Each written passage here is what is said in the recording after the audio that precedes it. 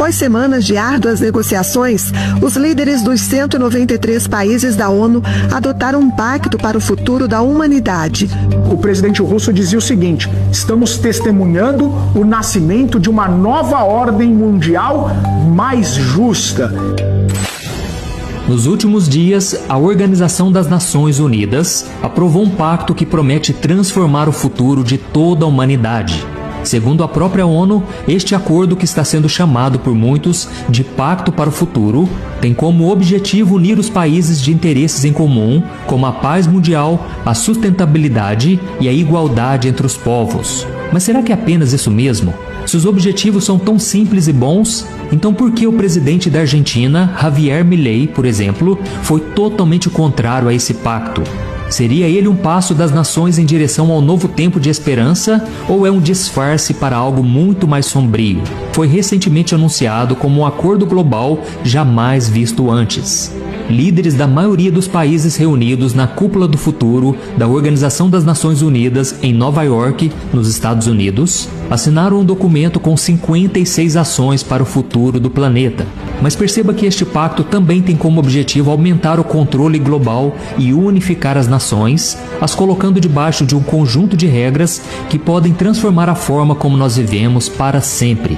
Isso não te parece familiar? A Bíblia fala sobre um tempo, pouco antes da volta de Jesus, em que vai haver um governo mundial liderado por uma figura que trará uma falsa paz, alguém que será capaz de unir as maiores lideranças políticas e religiosas mundiais e exercerá o seu poder sobre elas, as dominando completamente. Essa pessoa será o Anticristo. E há quem diga, irmãos, que este pacto para o futuro da ONU nada mais é do que a preparação do caminho para a chegada deste ser ao mundo. Amém, irmãos? Viu aí, né? O que está acontecendo no mundo, né? Já está tudo preparado, né? A Terra já está sendo preparada para o Anticristo, né? Para aquele que vai se levantar para se opor a tudo que se fala de Deus, né? Então, essas guerras aí que tá acontecendo, esses rumores de guerra, essas coisas que tá acontecendo, já estava escrito na Bíblia. Então, assim, já está sendo tudo preparado. Por que está sendo preparado? Cada vez mais a atenção, né, no mundo sobre guerra, sobre isso, sobre aquilo, cada vez mais está se agravando. Por quê? Porque tudo isso precisa acontecer.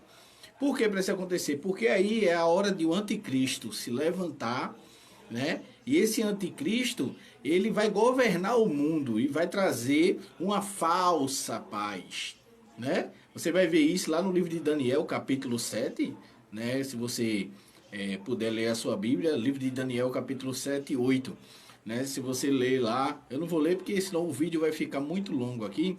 E assim, você anota aí o versículo, livro de Daniel, capítulo 7 e capítulo 8.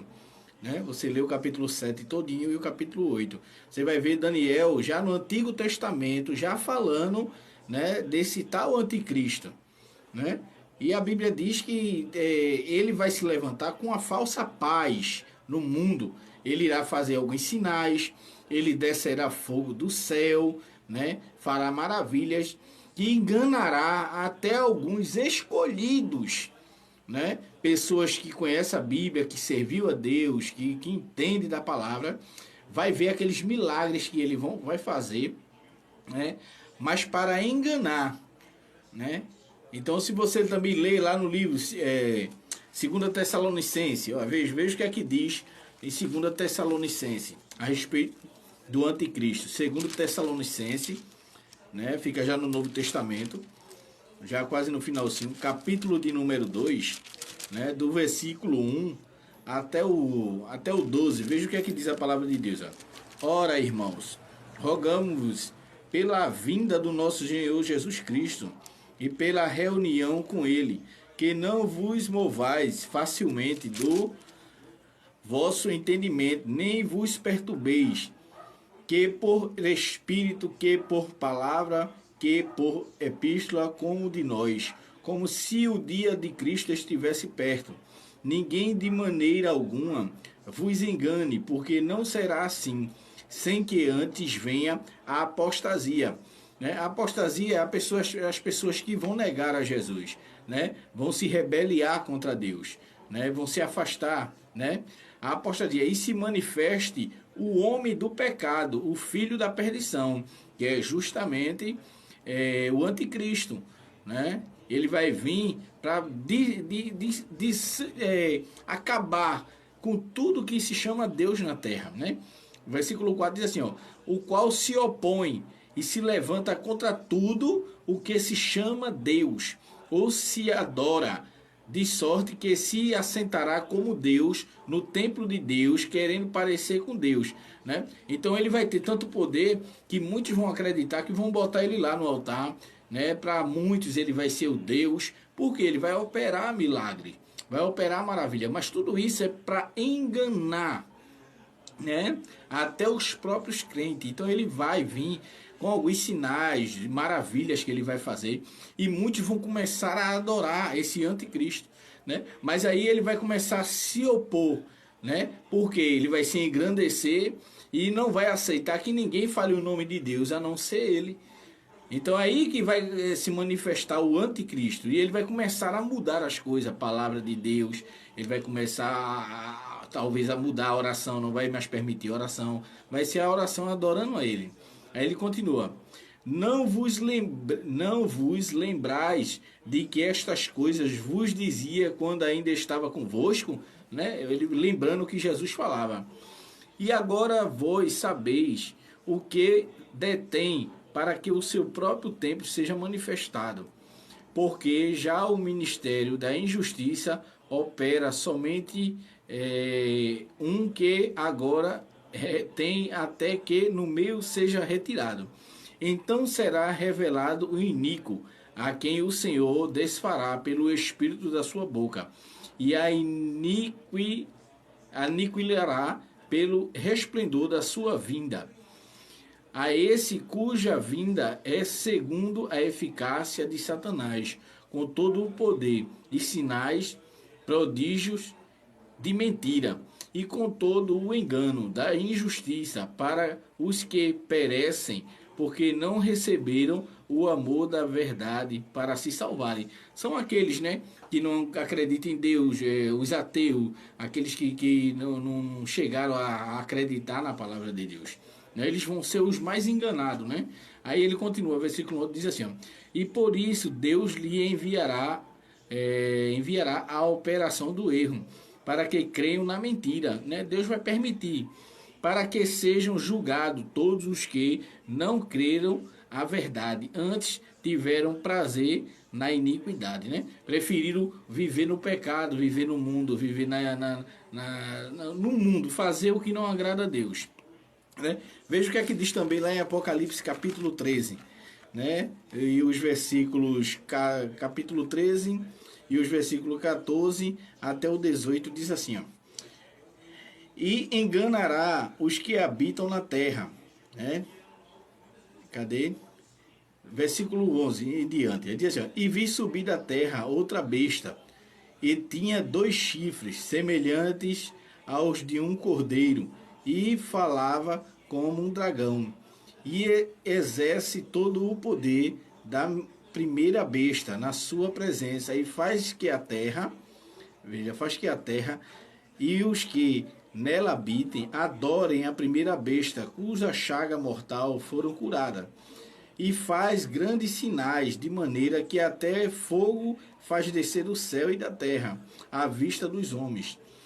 E engana os que habitam na terra com sinais que lhe foi permitido que fizesse em presença da besta, dizendo aos que habitam na terra que fizessem uma imagem à besta que tinha a ferida da espada e vivia, e foi-lhe concedido que descesse o espírito à imagem da besta, para que também a imagem da besta falasse, né? Falasse e fizesse que fossem mortos todos os que não adorassem a imagem da besta, e faz e faz que a todos pequenos e grandes, ricos e pobres, livres e servos, lhe seja posto um sinal na sua mão direita ou nas suas testas, para que ninguém possa comprar ou vender, senão aquele que tiver o sinal,